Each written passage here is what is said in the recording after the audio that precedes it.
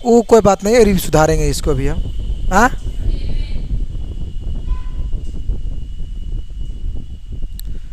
चलिए class 10th, आज का क्लास है हिस्ट्री का क्लास। तो हिस्ट्री में हम लोग पढ़ने वाले हैं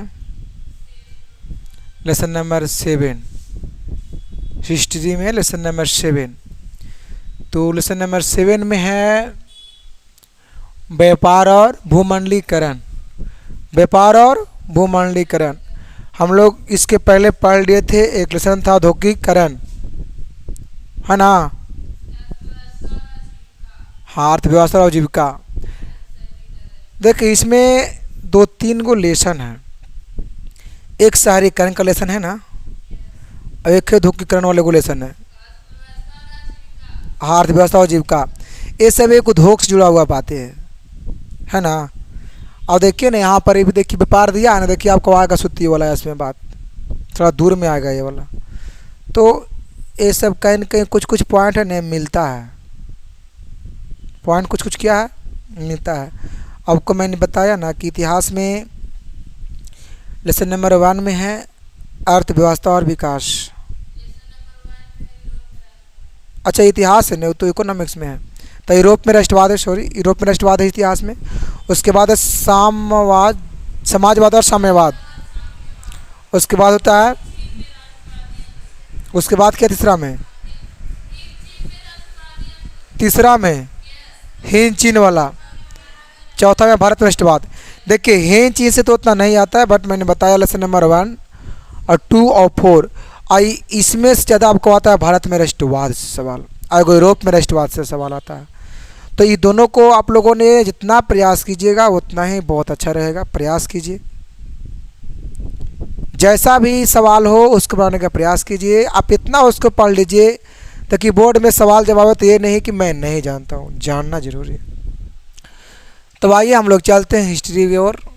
एनसीईआरटी है और क्लास 10th के बच्चे ध्यान देंगे, क्लास 9th के बच्चे थोड़ा बहुत ध्यान देंगे, लेकिन क्लास 10th के बच्चे 100% ध्यान देंगे, तब तो आपकी तैयारी हो पाएगा 100%। बस समझ में। तो चलिए आज हम लोग पढ़ने वाले हैं व्यापार और भूमंडलीकरण। आइए शुरुआत कैसे हो व्यापारी का जानते हैं। पहले जानते हैं भूमंडलीकरण। देखिए क्या होता है इसमें, दिख रहा है, सुनेंगे, जहाँ कुछ पॉइंट आएगा उसको नोट भी करते जाएंगे, बहुत अच्छा रहेगा। जिसको नोट करेंगे वो आपके ऑब्जेक्टिव के लिए बहुत अच्छा रहेगा। बाकी सुनना ही तो ज़्यादा है। ये हम बार बार कहते हैं, इतिहास में रहता है कुछ, ये इतिहास में जो बात लिखा हुआ है उसी खाली पढ़ करके समझना है। बाकी इसमें ज़्यादा दिमाग लगाना, इसको नाम है इतिहास। इतिहास किसे कहते हैं, इतनी बीती बातों को अध्ययन करना है। अब चाहे तो उसको समझ करके, चाहे रट करके, चाहे घोर के डाल के पी जाइए, वो भी अच्छा है अगर हो पाता है तो। बाकी तो आज तक ऐसा कोई किया ही नहीं है। आइए, तो यहाँ कैसे चलाया,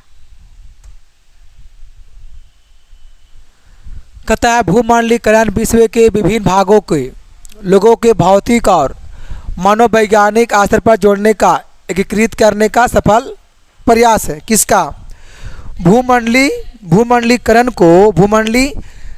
को आगे बताएंगे इसमें, ठीक ना। भूमंडलीकरण को विश्व की विभिन्न भागों में, विश्व की अलग अलग भागों में उसको जोड़ने का काम, या तो उसको एकत्रित करने का काम कौन किया, मतलब भौतिक और मनोवैज्ञानिक के स्तर पर उसको काम करने का, जो मतलब जोड़ने का, उस पर काम किया गया। कहता है राजनीतिक, आर्थिक, सामाजिक और वैज्ञानिक, राजनीतिक, आर्थिक, सामाजिक, वैज्ञानिक तथा सांस्कृतिक जीवन के विश्वव्यापी संयोजन की प्रक्रिया है।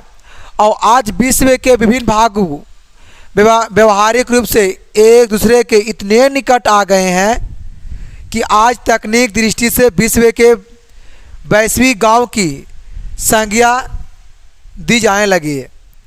देखिए वैश्विक गांव की संज्ञा दी जाने लगी। संज्ञा मतलब क्या होता है, कहीं कहीं संज्ञा मतलब क्या दी जाने लगा है, मतलब इतना भी नॉर्मल नहीं पता तो फिर क्या पता, यहाँ खुद कह रहा है। 22वीं गांव की सांगिया दी जाने लगी। नाम दिया जा रहा है। सांगिया मतलब है उसको दर्जा दिया जा रहा है। कोई दिया जा रहा है दर्जा। कथा आधुनिक काल के पूर्व। देखिए आधुनिक काल, काल कितने होते हैं इतिहास में बच्चों? काल इतिहास में 3 होते हैं। कौन कौन होते हैं 3? प्राचीन काल, प्राचीन काल, मध्यकाल, आधुनिक काल। इतिहास में काल ही वाला होता है। हिंदी में तो अलग पढ़े होंगे आप, ग्रामर वगैरह में वो अलग होता है। यहाँ बात कर रहा आधुनिक काल के पहले की बात कर रहा है। पूर्व मतलब पहले होता है। प्राचीन काल से ही मानव समाज एक दूसरे के करीब आए हैं। ये प्राचीन काल से ही मानव समाज एक दूसरे को आए हैं, करीब मतलब निकट, नज़दीक आए हैं। पहले भी यात्री, व्यापारी, पुजारी, आगे इसको पहले बढ़ते हैं।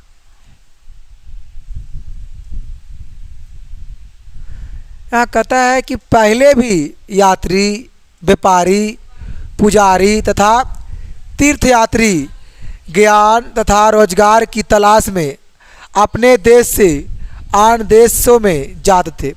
ऐसा नहीं कि यात्री, व्यापारी, पुजारी अभी यात्रा करता है, नहीं, पहले से ही चलते आ रहा है। पूर्वज से ही ऐसा है। कब से है? पूर्वज से ही ऐसा। अभी नहीं कि मनुष्य को हम देख रहे हैं इतना सारा, अभी नहीं, पहले से ही मनुष्य भी ऐसा ही था। लेकिन प्राचीन काल में जैसा कि अभी हम लोग वैसा नहीं था। वो मनुष्य का ही विकास धीरे धीरे हुआ है। ये आप लोगों ने पढ़े होंगे 7 की बुक में, इतिहास में रहता है कि मनुष्य का निर्माण कैसे हुआ, है ना? ये तो पढ़ाया है गया होगा। 300 ईसा पूर्व, 3000 है, 3000 ईसा पूर्व समुद्री तट पर होने वाला व्यापारिक सिंधु घाटी की सभ्यता से जुड़ा हुआ था। देखो कितना की बात कर रहा है। 3000 ईसा पूर्व पहले समुद्र के किनारे पर, है ना, समुद्र के किनारे पर होने वाला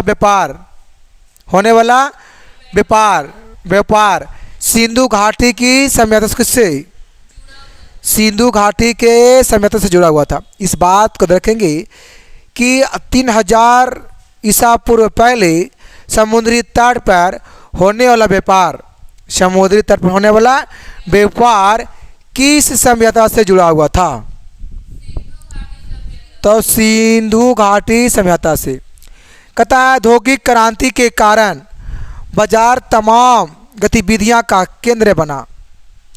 सही बात है। औद्योगिक क्रांति के कारण ही बाजार तमाम गतिविधियों से क्या हुआ? केंद्र मतलब मेन जो होता है मार्केट, जहां शुरुआत हुआ वो केंद्र बन गया। तथा अंतर्राष्ट्रीय बाजार का विकास हुआ। अंतर्राष्ट्रीय बाजार कहने का मतलब कि एक देश से सामान कहाँ जा रहा है? दूसरे देश में जा रहा है सामान। एक देश वाला सामान दूसरे देश में सामान जा रहा है, तो वही हो गया क्या? अंतर्राष्ट्रीय बाजार की बात। मतलब 2 देश के अंतर की मतलब बात कर रहा है। ठीक है। भारत में भी यूरोपीय व्यापार, भारत में भी यूरोपीय व्यापार जैसे पुर्तगाली, डच कहाँ की डच एक भाषा है, हाँ, डच अंग्रेज ने अपनी कंपनियां स्थापित किया। ऐसा बात नहीं है। भारत में बहुत सारा व्यापार के रूप में लोग आए थे, लेकिन शुरू कौन किए थे पता है? पुर्तगालीन। वास्को डी गामा कहाँ था? पता होना चाहिए। ये वाला आप नामा में ही पढ़े होंगे हिस्ट्री में कि व्यापार के रूप में वास्को डी गामा मसाला लेने के लिए भारत आए थे। क्योंकि पुर्तगाल में मसाला खेती अभी भी नहीं होता है। मसाला खेती कहाँ होता है? भारत में होता है। तो वो समुद्र के माध्यम से आए थे। किसके माध्यम से आए थे? वो समुद्र मार्ग के माध्यम से आए थे। कौन? Vasco D gamma. कहाँ से चले थे वो? पुर्तगाल से। कहाँ पहुँचना चाहते थे? इंडिया। पता है कहाँ आए थे? कालीकट के बंदरगाह कहाँ पड़ता है? केरल में पड़ता है। कहाँ पड़ता है? वो किस लिए आए थे? देखिए पता है हर व्यापार पता है क्या किया है।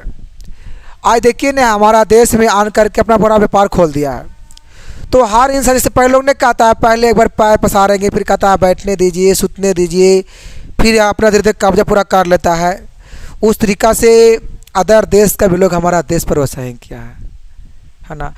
उस शुरुआत किया व्यापार के रूप में, लेकिन आज इतना जमा लिया हमारा देश पर कि वो खुद कहता है कि यार तेरा नहीं मेरा, ये आपका नहीं हमारा है। तो हर लोग ऐसा ही करता है और ऐसा ही हुआ भी है। तो भाई भारत में यूरोपीय व्यापारी के भी लोग आए, यूरोप के भी लोग आए। यूरोप तो एक महाद्वीप है जो कि भारत भी तो यूरोप में ही पड़ता है ना। कहता है जैसे कि पुर्तगाल, डच, अंग्रेज, ये सब कंपनी को किया स्थापित कहाँ किया? भारत में आकर किया।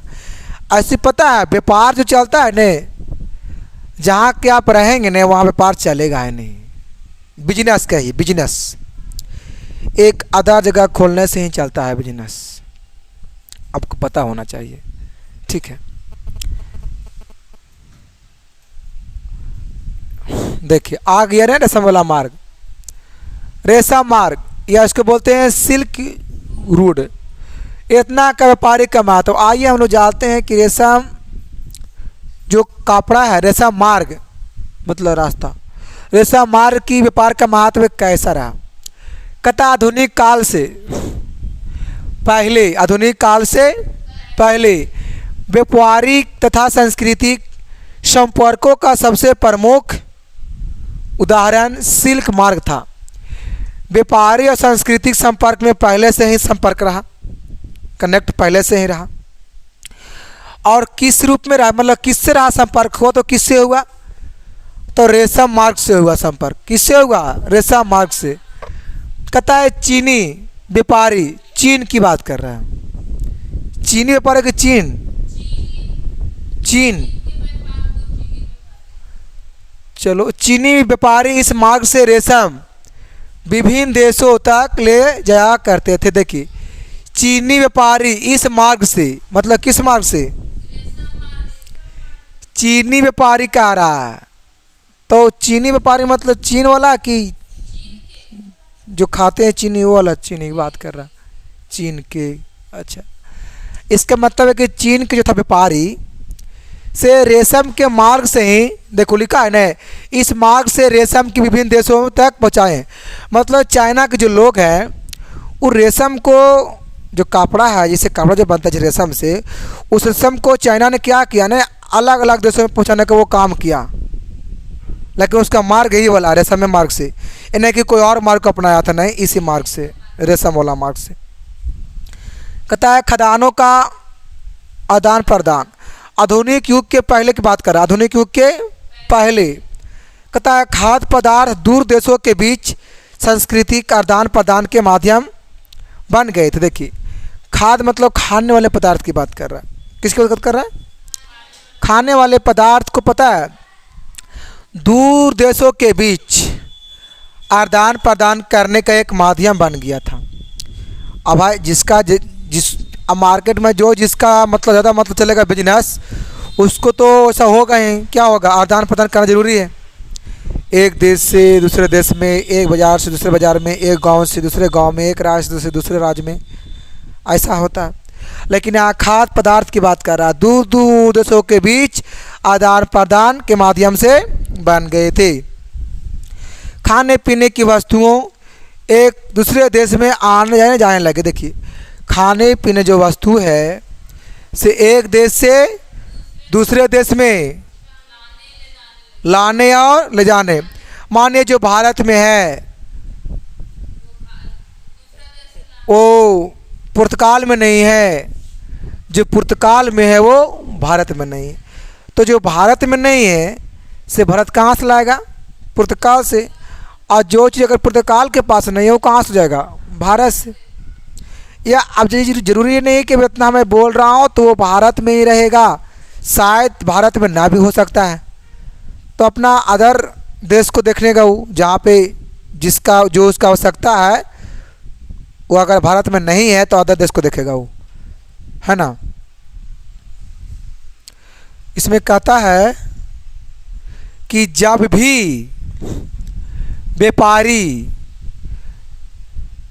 व्यापारी या यात्री किसी नए देश में जाते थे, जब व्यापार यात्रा के रूप में किसी नए देश में जाते थे तो वहाँ नई फसलों के बीज बो देते थे।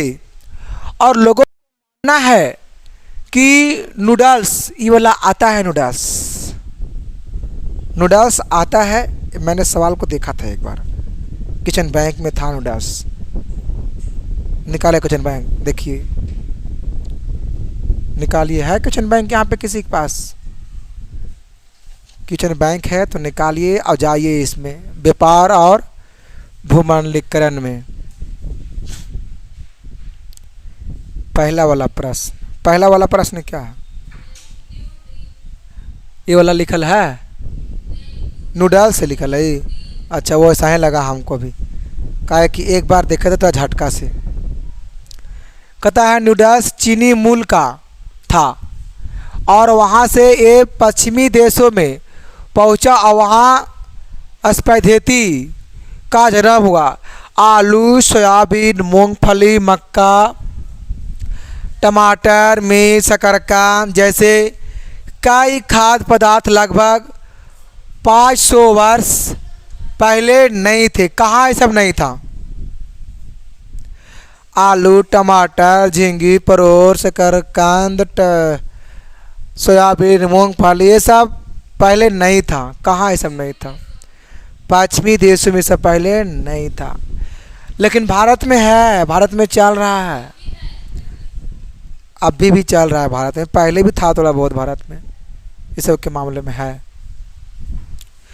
एक खाद्य पदार्थ क्रिस्टोफर कोलंबस अमेरिका से अपने साथ यूरोप ले लाया, जहाँ से वे एशिया आए। देखिए क्या ले लाया? हाँ, कहता है क्रिस्टोफर कोलंबस किसी के नाम है। अमेरिका खोज किसने किया था? कोलंबस ने। ये आता है लेकिन ऐसा नहीं है, व्यापार के रूप में गया था, अमेरिका गया था वो। लेकिन एक जीके में छप गया है ने कि अमेरिका खोज किसने किया? कोलंबस ने। आपको बोलेगा कि भारत की खोज किसने किया? वास्को डी गामा ने। आपको पता है ना वास्को डी गामा क्या भारत थोड़ा ना खोज करने के लिए आया था, वो अपना काम से आया था। दुनिया में भी लोग ऐसा ही हैं, अपना काम से आएंगे और बड़का को बात ये बोल देंगे तो कहेंगे कि ना हमारे दोबारा ऐसे होगा। तो आखिर पहले देखिए ना, अमेरिका को ऐसा ही नहीं है, अभी जीके में छप गया, अब आता भी है, बड़ा बड़ा एग्जाम में भी आता है ये वाला कि अमेरिका खोज किसने किया? तो कोलंबस ने। भारत को खोज किसने किया? तो वास्को डी गामा ने। क्या भारत इतने को था? थोड़ा कहीं भुलाल था कि तुम उसको खोज कर दिया? अरे भाई वो अपना काम से आया, अपना काम से किया। हाँ वो भी है। अब ऐसे होगा, मानिए कि पुर्तगाल का था, माने पुर्तगाल के लोग कभी आया ही नहीं होगा भारत, साला कहने पहले बार कहने आया होगा, अजान के गुहार पूरा कर दिया कि हम भारत के गए तो खोज करने के लिए बुलाया था, लेकिन खोज करने के लिए आया था, अपना काम के लिए आया था। कोई कोई लोग नहीं होते हैं, कभी मानिए कि आपको अगल बगल के कोई नहीं गया, कल वो ही गया तो कहता है अरे ये तो हम जानवे करती, तो राम तो हम सभी सपोर्ट करवे किए थे। हमारे देश से तो इतना है, कहने कैसे मतलब मेहनत करना किया था तो उधर से इतना है। तो लोग भागने वाले होते हैं तो लोग सीख रहे हैं ये सब से ना। Vasco D gamma, Columbus, history से लोग सीखने वाले लोग बहुत कुछ सीख जाते हैं हिस्ट्री से, आपको क्या लगता है ना। चलिए, कई नई फसलें यहाँ होगा, कई नई फसलों के आने से जीवन में आमूल परिवर्तन भी हुआ। जैसे आलू का इस्तेमाल शुरू होने के बाद यूरोप के गरीब की ज़िंदगी में परिवर्तन आया। देखिए, आलू के इस्तेमाल शुरू होने के बाद यूरोप के गरीब की बात कर रहा है, यूरोप महाद्वीप, यूरोप के गरीबों को ज़िंदगी में परिवर्तन आया और उसका भोजन बेहतर हो गया।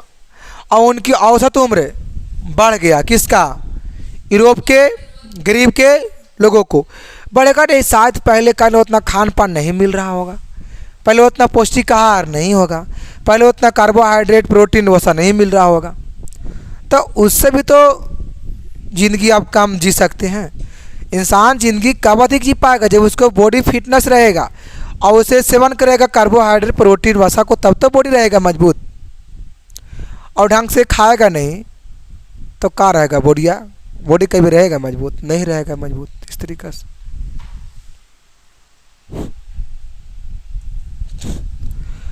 बात करता है अमेरिका उपनिवेशीकरण। 16वीं शताब्दी से ही 16वीं शताब्दी के मध्य में पुर्तगाली और स्पेन वो देश है, वहाँ की बात कर रहा है। पुर्तगाली और स्पेन की सेना की विजय की सिलसिला शुरू हुआ। देखिए 16वीं शताब्दी के बीच में क्या हुआ था ना कि पुर्तगाल जो देश है अफ्रीका की है, स्पेन, तो यहाँ के सेनाओं ने क्या किया? यहाँ के सेनाओं का कुछ ही हुआ, विजय मतलब जीत हुआ, लेकिन सिलसिला शुरू हुआ। सिलसिला मतलब बहुत गहन से लड़ाई वहाँ कुछ हो गया, फैल गया बहुत गोसा गोसी से, बहुत खतरनाक लड़ाई वहाँ फैल गया। कहाँ की बात कर रहा? पुर्तगाल और स्पेन के सेनाओं के। उन्होंने अमेरिका को अपना उपनिवेश बनाया। देखिए किन्होंने? अमेरिका को अपना उपनिवेश कौन बनाया? हाँ, पुर्तगाल और स्पेन। किसको बनाया उपनिवेश? अमेरिका को। और कहता स्पेन के विजेताओं का सबसे शक्तिशाली हथियार में परंपरागत किस्म का हथियार नहीं था। किसके पास?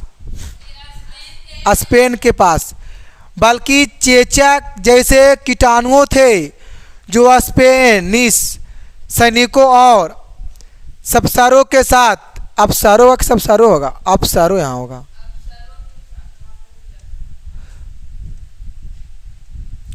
अफसरों के साथ वहाँ पहुँचे थे। और अमेरिका जो लाखों साल से अलग रहता था, अमेरिका लाखों साल से किससे अलग? कौन देश से? स्पेन की बात कर रहा है, यहाँ पर बगल में ही है। कहता है और उनके शरीर में यूरोप से, मतलब अरे यार इसकी बात कर रहा है हाँ। और उनके शरीर में यूरोप से आने वाले इन बीमारियों से बचने की रोग प्रतिरोधक क्षमता नहीं थी। किसको? अमेरिका वाले लोगों के। हाँ, बात समझ में आ रहा है? देखिए फिर से, अमेरिका जो लाखों साल से वो अलग है और उनका शरीर में यूरोप से आने वाले, देखिए किनका शरीर में? यूरोप को, अमेरिका की बात कर रहा है। अमेरिका के शरीर में यूरोप से आने वाली बीमारियों से बचने की कोई मतलब बचने की कोई उपाय नहीं है। लेकिन रोग कहाँ से? अमेरिका, पता है? यूरोप से आने वाला इन बीमारियों से, यूरोप से। हाँ, स्पेन कहाँ से? हाँ, यूरोप में ही है। यूरोप एक महाद्वीप में है, तो ये सब कहाँ है देश? स्पेन ये सब कहाँ पड़ता है? यूरोप में है। तो अमेरिका में बहुत खतरनाक बीमारी आ गया था। वो बीमारी कहाँ से आया था? स्पेन या तो का यूरोप से कह दीजिए, यूरोप से आया था। इतना खतरनाक आया कि उसका कोई इलाज नहीं है। हाँ, अमेरिका में नहीं आया तो अमेरिका के पास कोई इलाज नहीं है। अतः अमेरिका में आकर और कई यूरोपीय बसने लगे। अब अमेरिका में कुछ हुआ, कई यूरोप के लोग कई गुआन करके बसने लगे। अब बताइए, जब अमेरिका में जब आने लगे यूरोप के लोग, तो क्या होगा? बीमारी और फैलेगा नहीं फैलेगा? क्योंकि बीमारी शुरुआत कहाँ से हुआ? यूरोप से हुआ है। और वहाँ के लोग कहाँ बसने लगे?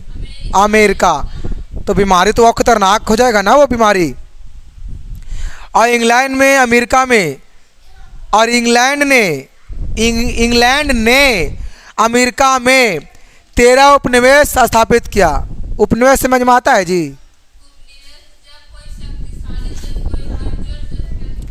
देखिए उपनिवेश के मतलब होता है ना बाबू कि जब कोई एक देश दूसरे देश पर कुछ कब्जा कर लेता है, उसी को बोलते हैं उपनिवेश। मतलब उपनिवेश बना लेता है, मतलब वो अपना अधिकार, मतलब वो अपना कब्जे पर कर लेता है, उसी को बोलते हैं उपनिवेश। उसको क्या बोलते हैं?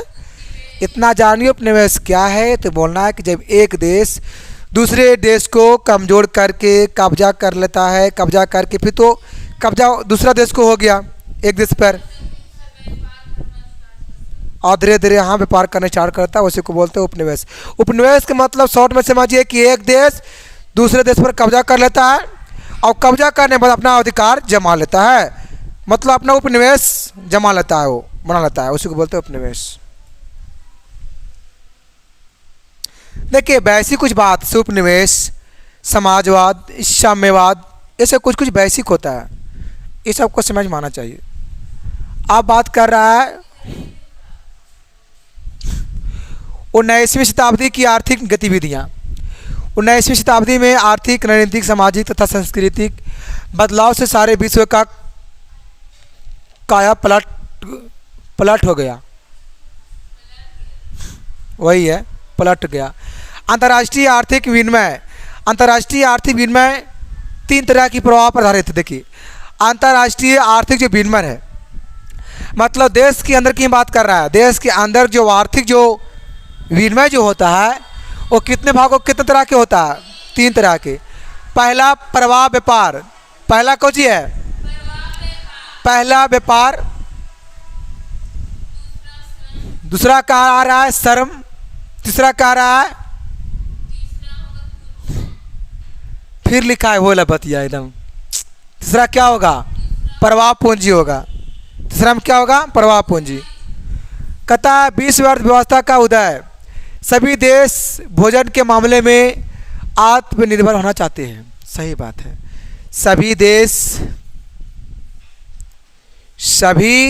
देश भोजन के मामले में देखा जाए तो आत्मनिर्भर होना चाहते हैं, मतलब अपने पर निर्भर। किसके लिए? भोजन के लिए। जरूरी है कि नहीं? अब आपको कौन देगा भोजन? वो अपने पर ही निर्भर।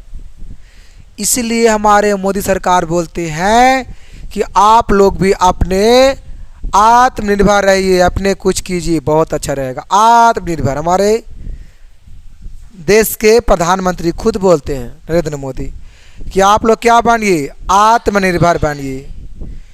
ये नहीं कि किसी पर निर्भर है, 2 पैसा वो देगा तभी हम खाएंगे, ऐसा नहीं बनिए। अपने कुछ कीजिए, बहुत अच्छा रहेगा। उसको बोलेंगे आत्मनिर्भर।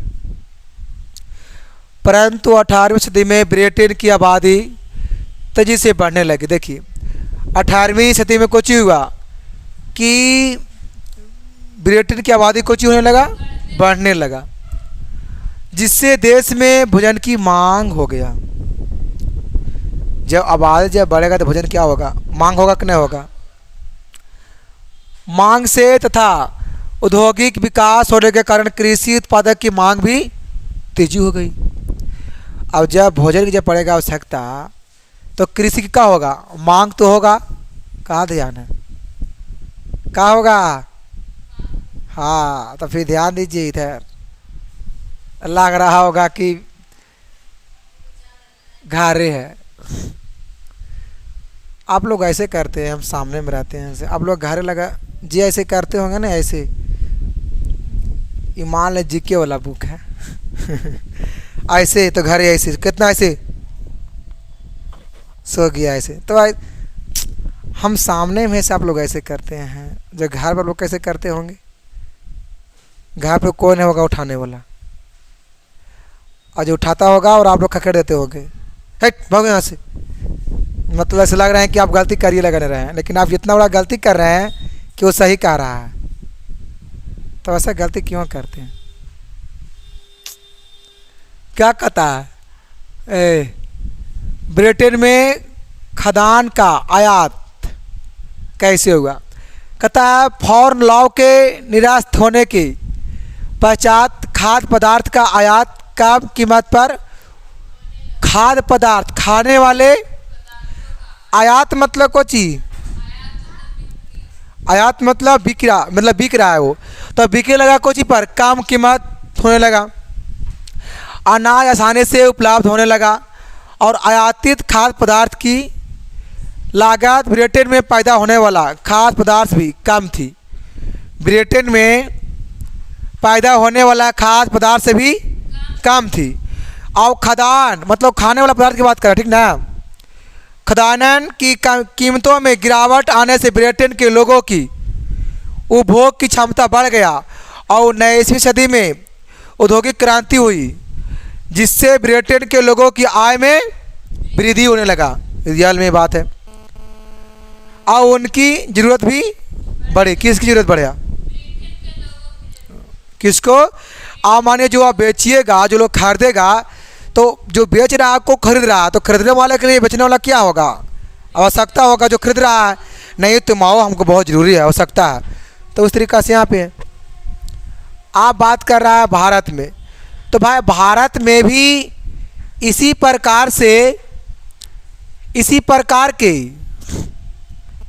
इसी प्रकार के परिवर्तन दिखाई दिए। और पंजाब में ब्रिटिश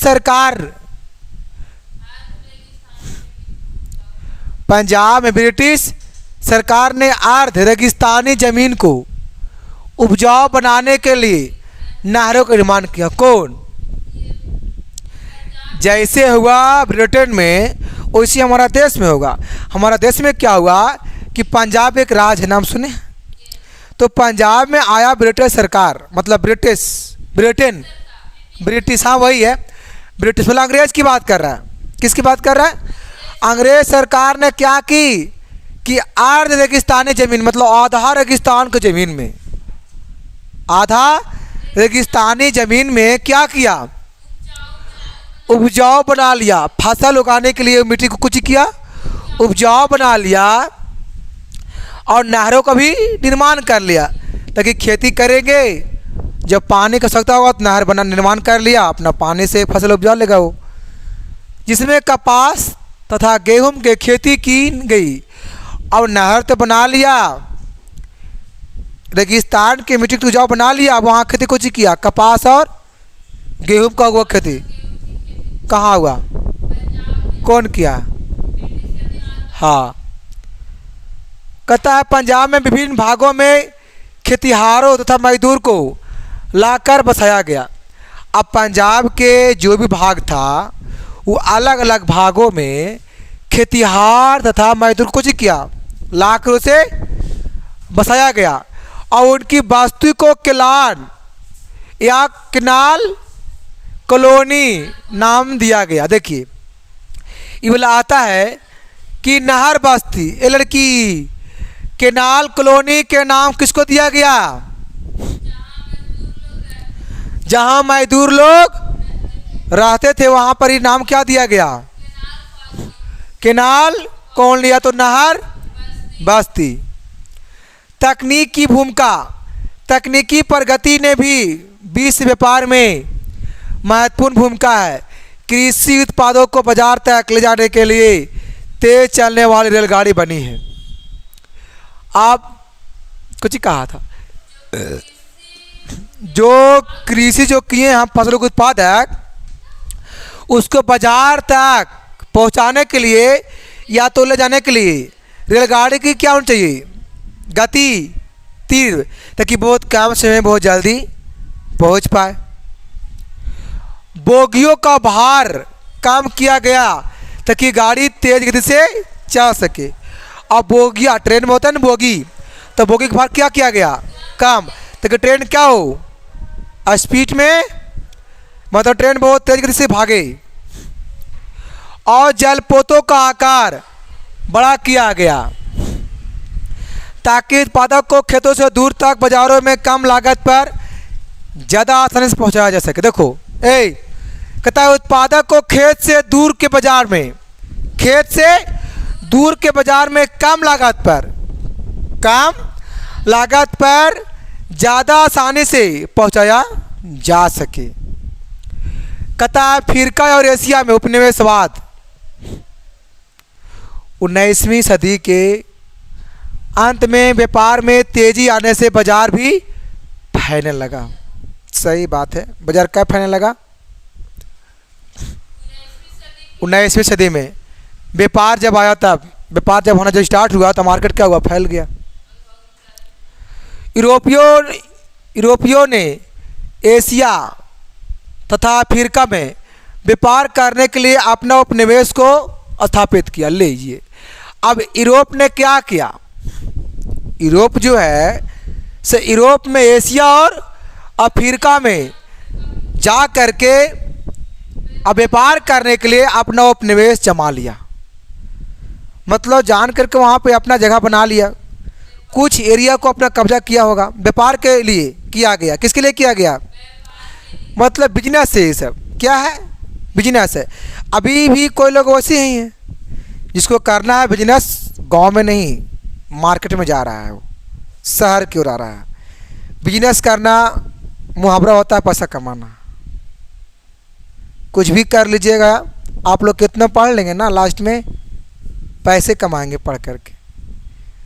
इसीलिए तो अमेरिका, चीन, जापान जो है, ये सब देश एजुकेशन तो काम भर है ही है, बट वहाँ पे बच्चों को सिखाया जाता है बिजनेस के बारे में। लेकिन हमारे भारत में ऐसा है कि उसको काखा सिखाया जाता है, पहाड़ा, ये सब। तो बहुत अंतर है दोनों में। चीन के बच्चों को सभी को पता है कि कोई चीज़ कैसे बनाया जा सकता है, वहाँ के तने को सिखाया जाता है कैसे क्या बनेगा नहीं बनेगा। ऐसा ही इतना नहीं है, ये जो देखते हैं काटी वगैरह, जो ये सब जो हम लोग यूज करते हैं, सब चाइना की काटी है। और वो सब जब बनाता है ना, देखिए मेन है क्या, नहीं पैसा कमाना, हम बार बार बोल रहे हैं। तो वो सब जब नया नया चीज़ का जब आविष्कार जब करता है, और वो सब के आयात जब होता है ना अदर देश में, अदर देश में आयात निर्यात जो होता है, निर्यात होता है, तो ज़्यादा दाम में बिकता है वो वाला। अदर देश का जाता है तो बहुत अधिक मूल्य में बिकता है, तो उससे पैसा पता है बहुत ज़्यादा उसमें होता है। ऐसा होता है। ऐसे तो आप लोग से कोई जड़ी बूटी का बेचता होगा, सब लोग घर तैयारी करता है आने बानी भर भर के, और मार्केट में उसे भोल बढ़ा देता है और फिर महंगा में बेचना स्टार्ट करता है। अब वैसा बहुत सारा चीज़ है। से कितना लोगों के पास किताब, कितना तो बिहार में मशीन है किताब को भी छपने का, बिहार में मशीन है किताब को भी छपने का। लेकिन पेपर बनता है कैसे, वो दिल्ली में है। पेपर कैसे बनता है ना, पेपर बुक वाला पेपर वो दिल्ली में है। तो ये सब का ऐसे होता है। चलिए 15वीं, हाँ देखिए क्या किया यूरोप के लोगों ने, एशिया अफ्रीका में जनके के व्यापार के रूप में क्या किया, अपना उपनिवेश जमा लिया, है ना। क्यों, व्यापार करने के लिए। 15वीं शताब्दी में भारत में पुर्तगाली, डच, फ्रांसीसी, अंग्रेज व्यापार करने के लिए भारत आए। कब, 15वीं सदी में पुर्तगाल के लोग, डच, फ्रांस के लोग और अंग्रेज के लोग कहाँ आए, क्यों आए भारत, व्यापार करने।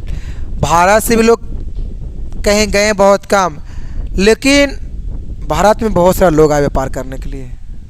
देखिए आए कि नहीं आए, सोचिए। कहता है आए, परंतु बाद में उन लोगों ने अपना कंपनी खोल दिया। बाद में क्या किया, गजब लेकिन बात है, अपना कंपनी खोल दिया। चला देश को घर कहीं और है, अलग देश में घर है। सोचिए अलग देश है वो, अवान के यहाँ भारत में अपना उपनिवेश जमा लिया, और जमाने वाला अपना खुद का कंपनी चला रहा है। क्या बात है, कोई बोलने वाला कोई है ही नहीं।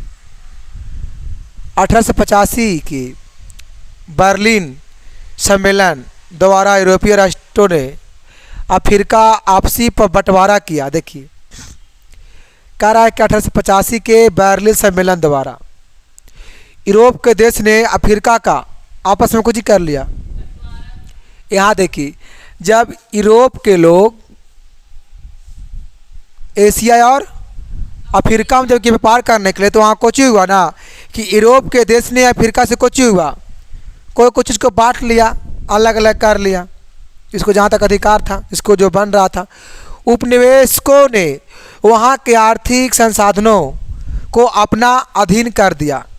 उपनिवेशकों ने वहाँ के आर्थिक संसाधनों को किया, अपना अधीन कर दिया। अपना अधीन मतलब किसके अधीन कर दिया, अपना कब्जा में कर लिए। बोले जिसको जो अधिकार अपना कर ले करेगा, जिसको जो बनता है। अब भारत से श्रम प्रवाह, ये देखिए आता है गिरमिटिया मजदूर क्या है। गिरमिटिया मजदूर क्या है? आप बुक निकालिए केमिस्ट्री का, उसमें न्यूमेरिकल को बनाइए। बैठे रहने से कुछ ना काम होगा। केने है दिन सर के तो लाई ना। और बढ़िया देखो, बढ़िया से है ना।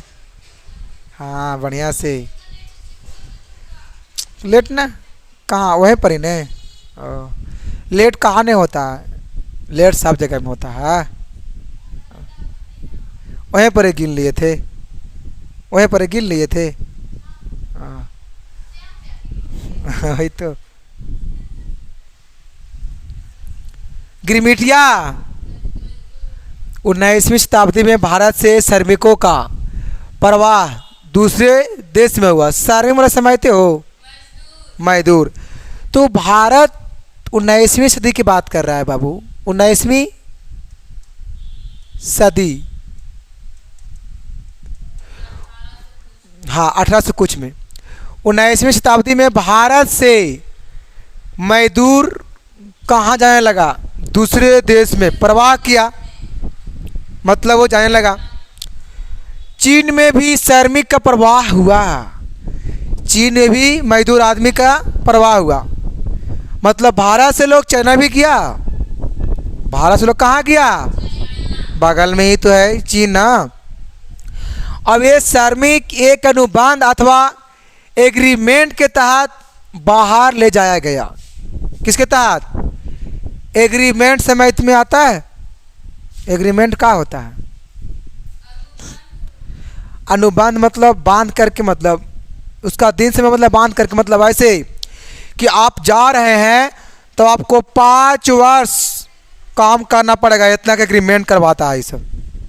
वहाँ से हम कभी हटेंगे नहीं। ये हुआ एग्रीमेंट, मतलब अनुबंध, मतलब काम में आप बांध गया। एगो काम होता है ना, ठेका वाला काम होता है ना, ठीके है वो, मतलब वो एग्रीमेंट है, ठीका है वो कि ना आपको इतना महीना में काम करना, जैसे 1 महीना का टाइम लिए हैं तो 1 महीना हमको काम पूरा करना पड़ेगा, चाहे आप कुछ भी कीजिए, हमको इतना पूरा काम चाहिए, इतना 1 महीना के अंदर। 19वीं सदी में एग्रीमेंट के तहत बाहर ले जाए गए, इसलिए इस श्रमिक को क्या कहेंगे? गिरमिटिया श्रमिक, मतलब गिरमिटिया मजदूर कहेंगे। हेलो, फिर से गिरमिटिया मजदूर किसको कहेंगे? गिरगिटिया ना, गिरमिटिया मजदूर है। गिरमिटिया मजदूर किसे कहेंगे?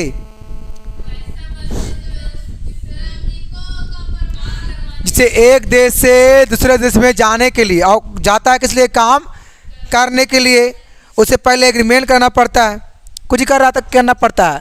एग्रीमेंट के तहत बाहर ले, एग्रीमेंट के तहत बाहर ले जाया जाता है। उसी श्रमिक को हम लोग गिरमिटिया मजदूर कहते हैं। अब काम करने के लिए हो जाता होगा किस लिए? कहता है क्या? 19वीं सदी में भारत और चीन से लाखों मजदूर को बागानों, खदानों, सड़क, रेल निर्माण में काम करने के लिए दूर दूर के देशों में ले जाया जाता था। कहाँ कहाँ के लोग? भारत और चीन से, भारत और चीन के मजदूर को, भारत और चीन के मजदूर को दूर दूर देशों में काम करने के लिए ले जाया करता था। कुछ करने के लिए? कौन काम करने के लिए? कौन काम करने के लिए? तो बागानों में, तो खदानों में, तो सड़क पर और रेल मार्ग में, ये सब काम करने के लिए दूर दूर देशों में भारत और चीन के मजदूरों को ले जाया जाता था। कहता है अनुबंध में यह शर्त होती थी, अनुबंध में यह शर्त होती थी, यह विश्वास होती थी कि मजदूर को अपने मालिक के साथ 5 वर्षों तक काम करना है। करेक्ट टाइम लिए थे। कितना वर्षों तक काम करना है? 5 वर्षों तक काम करना है। इस अवधि के पूरा होने के बाद ही वे अपने स्वदेश लौटा सकते हैं। ये पूरा काम करने के बाद ही अपना पूरा स्वदेश मतलब अपना देश वो लौट सकता है पूरा काम करने के। ये हुआ अनुबंध वाला काम, एग्रीमेंट वाला ये काम हुआ 5 साल के बताए थे ना यहाँ पे जी। भारत के गिरमिटिया मजदूर को विदेश में मुख्यतः कैरीबाई है, आप लोग लेकिन नहीं सुनते हैं कभी कभी। भारत के गिरमिटिया मजदूर को विदेश में मुख्यतः कैरिबियाई द्वीप समूह या त्रिनिदाद या क्या लिखा हुआ है गुयाना, सूरीनाम, मॉरिशस तथा फिजी ले जाया जाता था। और तमिल के मजदूर, तमिल समझते हो, तमिल के मजदूर सिलोट और मलाया जाकर काम करते। देखिए तमिलनाडु के मजदूर कहाँ जानकर काम करते थे? सिलोन और मलाया, सिलोन और मलाया। कतः 19वीं सदी के इस अनुबंध व्यवस्था को नई दास प्रथा भी कहा। 19वीं सदी के इस अनुबंध व्यवस्था को नई दास प्रथा भी कहा जाता था। अगर आ जाए एग्जाम में कि नई दास प्रथा क्या है तो छूटना, गिरमिटिया मजदूर के ही अंतर्गत में आता है। जी हाँ, आपने सही कहा। 20वीं सदी में इस प्रथा का विरोध भी किया गया। इस देखिए किस प्रथा का? हाँ, इसे भारतीय अपमानजनक प्रथा मानते थे। वैश्विक व्यवस्था, भारतीय व्यापार, बाबा उपनिवेशवाद के बाद भारत का भी विश्व व्यापार में व्यापार, विश्व बाजार में व्यापार होने लगा। देखिए उपनिवेशवाद के बाद भारत का भी विश्व बाजार में व्यापार होना थे। हम लोग जी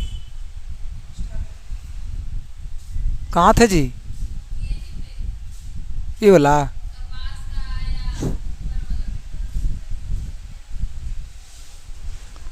कहाँ पर थे जी? केने है लिखा? इन है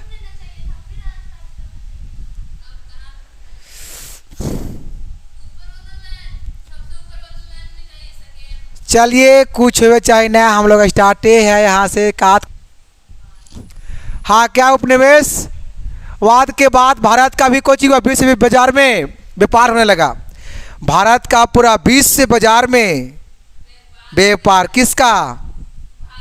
भारत का पूरा विश्व बाजार में व्यापार। भारत में कंपनी का उद्देश्य ब्रिटेन की आवश्यकता अनुसार भारत से व्यापार करना था। किसके अनुसार? आवश्यकता अनुसार। सही बात है। हाँ, जो उसको पड़ेगा वही ना व्यापार कीजिएगा जी। से अभी देखिए अभी क्या चीज़ का चल रहा है सीजन, आम का, फल का, तो वही ने मार्केट में दीजिएगा। अब ले जान के इतना बैठ जाइएगा। पता है कोची अभी कोची नहीं बिकेगा। हाँ, बैर, अमरूद। चलिए बस कीजिए, अब आगे बढ़िए। ब्रिटिश उद्योगपतियों ने सरकार पर कपास के आयात पर रोक लगाने का कहा। देखिए ब्रिटिश उद्योगपतियों ने सरकार पर कपास की आयात पर रोक लगाने को कहा ताकि स्थानीय उद्योग की क्या हो? रक्षा हो। 1800 ईस्वी में भारतीय कपड़ों का निर्यात 30% से घटकर 1815 में कितना हो गया? 5%। कोची घटकर? कपड़ा का निर्यात मतलब कोची, जो कपड़ा कोची हो रहा था, निर्यात जो हो रहा था, घट के लेकिन गया हो, क्या हो गया हो? 1800 में कितना था? 30%, 32। वही तो। अब 1815 में कितना आ गया? और घटते घटते 1870 तक सिर्फ 3% ही रह गया था। अब 1812 से 1871 के बीच कपास का निर्यात 5% से बढ़कर कुछ हो गया, इन्हें कपड़ा वाला कुछ होगा निर्यात घट गया, लेकिन कपास के जो हुआ से क्या निर्यात हुआ, बढ़ गया।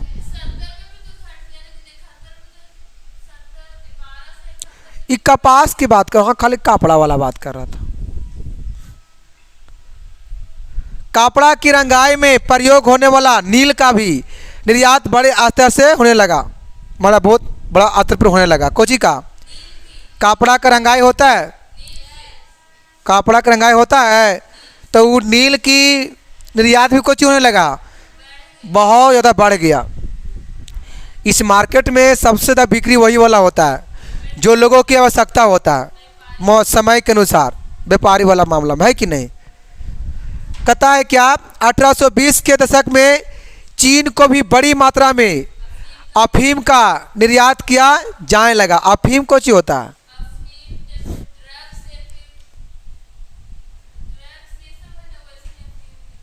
Kochi Kochi drugs, drugs, drugs क्या होता है,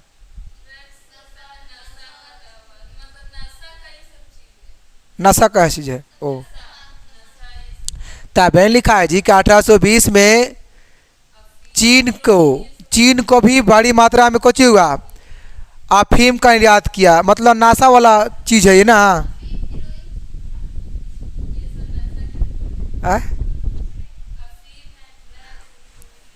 हीरोइन, हाँ नशा करके, हाँ हाँ वही। चलो ना, तो अफीम को कुछ किया गया, अब हुआ निर्यात किया गया, कहाँ से कहाँ, चीन को ही, मतलब बहुत अधिक मात्रा में। ऐसे भारत में कुछ हुआ था, लेकिन भारत में कपड़ा का निर्यात घट गया था, लेकिन कपास का निर्यात बढ़ गया था। ऐसे नहीं है जी। ब्रिटिश अफसरों को व्यापारिक द्वारा स्वदेश ले जाने वाला धन कंपनी द्वारा भारत के बाहर से लिए गए कर्ज का ब्याज तथा भारत में कंपनी द्वारा भारत के बाहर से लिए गए कर्ज का ब्याज तथा भारत के कंपनी की सेवा से सेवानिवृत्त कुछ निकल है पदाधिकारियों को पेंशन का भुगतान किया जाता था। दादा भाई नौरोजी ने इसे धान निष्कासन की संज्ञा दी। कौन ये वाला आ सकता है ऑब्जेक्टिव में कि धान निष्कासन की संज्ञा किसने दी, तो दादा भाई नौरोजी ने। किसने, कुछ ही दिए थे, धान निष्कासन की संज्ञा। उद्देश्य है ना, विश्व व्यापार के लाभ कृषि के क्षेत्र में भी कई क्रांतिकारी परिवर्तन विश्व बाजार की ही देन है। किसका देन है, कुछ नई फसलें का भी उत्पादन हुआ, सही बात है, कुछ नई फसलें का भी उत्पादन हुआ है। किसान तंबाकू, रबड़, कॉफी, नील, गन्ना का उत्पादन करने लगा। क्यों, तो क्योंकि ये सब का निर्यात बढ़ गया ना। व्यापारिक फसल मतलब किसी का निर्यात क्या हुआ, बढ़ गया, मतलब कि लोग चाहने लगा है, सबका लोग मांग रहा है, तब तो लोग व्यापार उसे कर रहा है। इन्हें बाहर के बाजारों में बेचने के लिए भेजा गया। बाहर की बाजार में क्या हुआ, भेजा गया। 1820 से 1914 के बीच विश्व व्यापार में 25 से 40 गुना वृद्धि हुआ और शहरीकरण एवं जनसंख्या की वृद्धि भी विश्व व्यापार का परिणाम था। बात करता है प्रथम विश्व युद्ध और इसके परिणाम। इसको लगा दो को लगा कार लगा पड़ेगा, हम समझ रहे हैं। जब होगा नहीं एक पूरा एक हो जाएगा नहीं, किसमें, उसमें नहीं मिलेगा, उसमें जाइए, होगा कि इस सब ना ऐसे ना दिले है, एकदम है ना, है ने शायद हम खाली करिका से इसीलिए कहने हम यहाँ लाल कर दिए होंगे ये। हाँ, प्रथम विश्व युद्ध, इसके परिणाम। आइए प्रथम विश्व युद्ध और इसका परिणाम की बात कर रहे हैं। प्रथम विश्व युद्ध 1914 में शुरू हुआ और 18 में कुछ हुआ, 1900 अंत हुआ। हाँ, प्रथम विश्व युद्ध मुख्य रूप से यूरोप में ही लड़ा गया, परंतु इसका असर सारी दुनिया पर पड़ा। प्रथम विश्व युद्ध में लड़ाई कहाँ हुआ? यूरोप में, लेकिन इसका प्रभाव पूरा दुनिया में फैला हुआ। इसी विश्व युद्ध के कारण यूरोप की अर्थव्यवस्था बिल्कुल तबाह हो गया, मतलब वहाँ की अर्थव्यवस्था बिगड़ चुकी है ना। कहता पहला विश्व युद्ध 1918 तक लड़ा गया और पेरिस में 1919 में हुआ पेरिस शांति समझौता। तो केवल आता है ऑब्जेक्टिव में कि पेरिस शांति समझौता कब हुआ, तो वो तो पेरिस में ही हुआ। तो कब हुआ? 1919 में और पेरिस में। किस लिए हुआ आगे पर जानते हैं, हमको छोड़ ना, देखिए आगे उसमें होगा। ये जान लीजिए प्रथम विश्व युद्ध के लिए हुआ। लेकिन अच्छा 1919 की बात कर रहा है तो आगे इसमें दिया हो गया होगा। समझौता के बाद यह युद्ध समाप्त हो गया। समझौता के बाद यह युद्ध कुछ हुआ, समाप्त मतलब खत्म नहीं, समाप्त ही समाप्त हो गया। और यह पहला आधुनिक औद्योगिक युद्ध था। अब यह युद्ध क्या था? पहला आधुनिक युद्ध था। इस युद्ध में पहली बार मशीन गनों और हवाई जहाज, जलपोतों, टैंकों तथा रासायनिक हथियार का बड़े पैमाने पर इसको इस्तेमाल किया। वो सब पहला युद्ध को बोला था प्रथम विश्व युद्ध। ये सभी चीज़ें आधुनिक उद्योग की देन थी। अनुमान के अनुसार इस युद्ध में करीब 90 लाख से ज़्यादा लोग मारे गए थे। कितना लाख? कौन युद्ध की बात कर रहा है? प्रथम युद्ध में कितने लोग मारे गए थे? 90 लाख लोग को मारे गए थे। लेकिन ज़्यादा कह रहा है, करीबन 2 करोड़ लोग घायल हुए। अब इस युद्ध में मारे जाने वाले ज़्यादातर कामकाजी वाले लोग थे, मतलब काम दाम करने वाले लोग। सैनिक की आवश्यकता के लिए वर्दी, जूते, टेंट, जूट की बोरियां, जीन इत्यादि बनाए गए और इनके उत्पादन से भारतीय अर्थव्यवस्था कुछ हुई मजबूत। और भारतीय उद्योगपतियों ने कपड़ा, जूट, खनन इत्यादि में पूंजी निवेश कर इन उद्योग को बढ़ोतरी किया, विकसित किया, वृद्धि किया, आगे बढ़ाया। 1 घंटा हो गया। आया देखते हैं इसमें क्या घंटा लगेगा।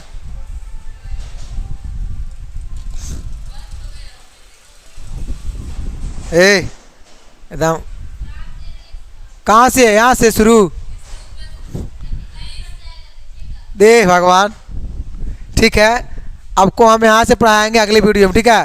प्रथम विश्व युद्ध के बाद आर्थिक व्यवस्था। तो आप सभी को वीडियो को पूरा देखें, अच्छा लगे तो शेयर करें।